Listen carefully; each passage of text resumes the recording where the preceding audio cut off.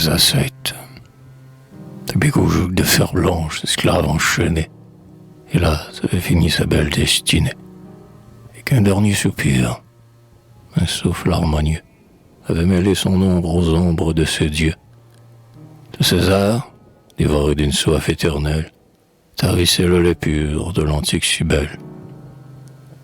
Pâle, la main sanglante et le cœur plein d'ennui, d'une vague terreur troublant ses longues nuits, il écoutait, couché sur la pourpre romaine, dans un sombre concert gémir la race humaine.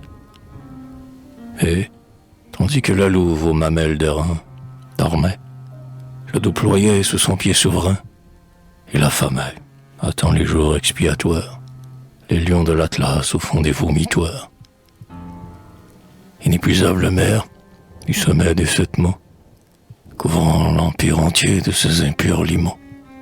Nu, horrible, traînant ses voluptés banales, la débauche mêle les grandes Saturnales. Car c'était leur sombre, le vieil univers, ne pouvant oublier son opprobre et ses fers, gisait sans Dieu, sans force, et fatigué de vivre, comme un lâche qui craint de mourir et s'enivre. Et c'est alors, plus haut que l'orgie au bruit sourd, qu'on entendit monter l'appel des nouveaux jours.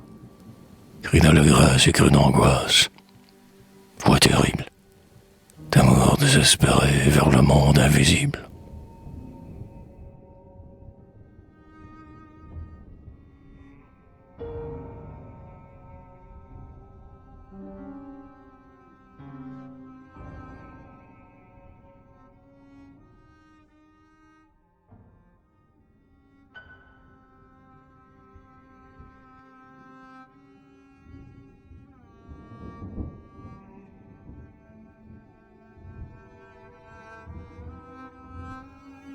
Les bruits du siècle ont-ils étouffé votre voix?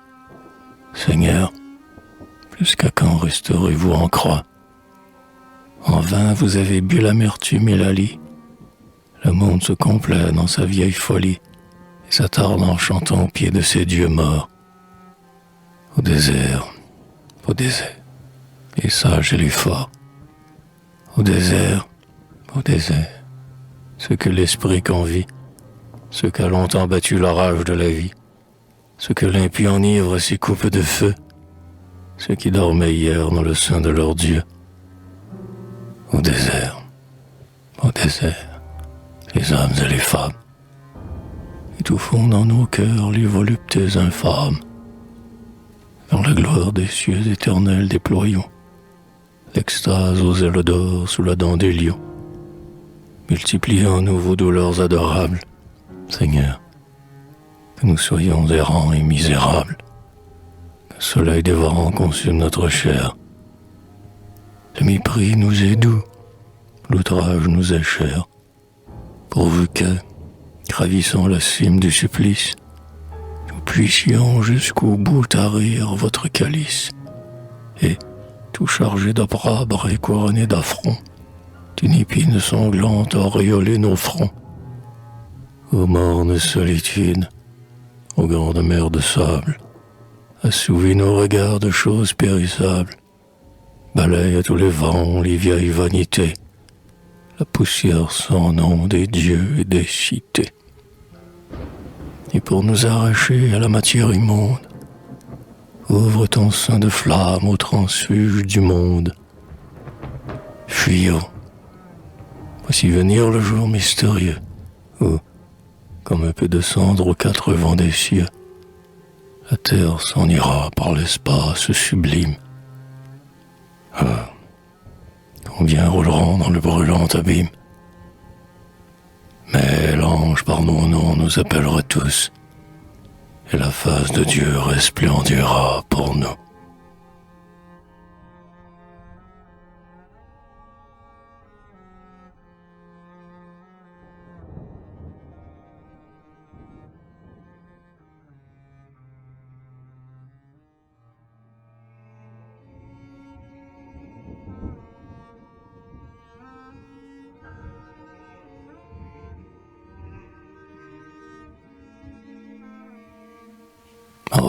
rêveur, ô martyr, vaillante créature, qui, dans l'effort sacré de vos nobles natures, poussiez vers l'idéal un sanglot éternel.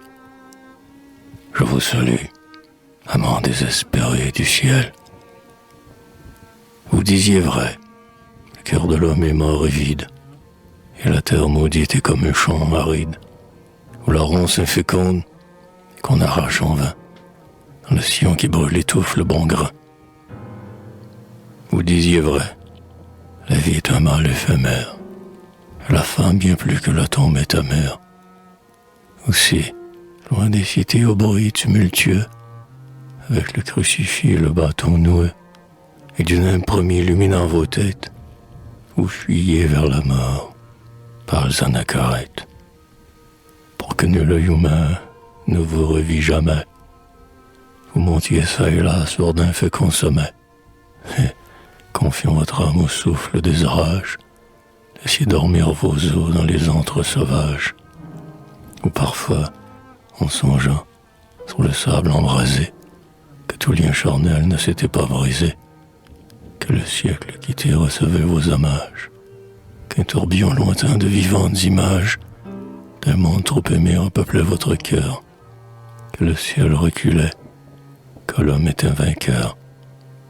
Troublant de vos sanglots l'implacable étendue, vous déchiriez vos flancs d'une main éperdue, vous rougissiez le sol du sang des repentirs, et le désert, blanchi d'ossements de martyrs, écoutant ces lions remuer vos reliques, s'emplissait dans la nuit de visions bibliques.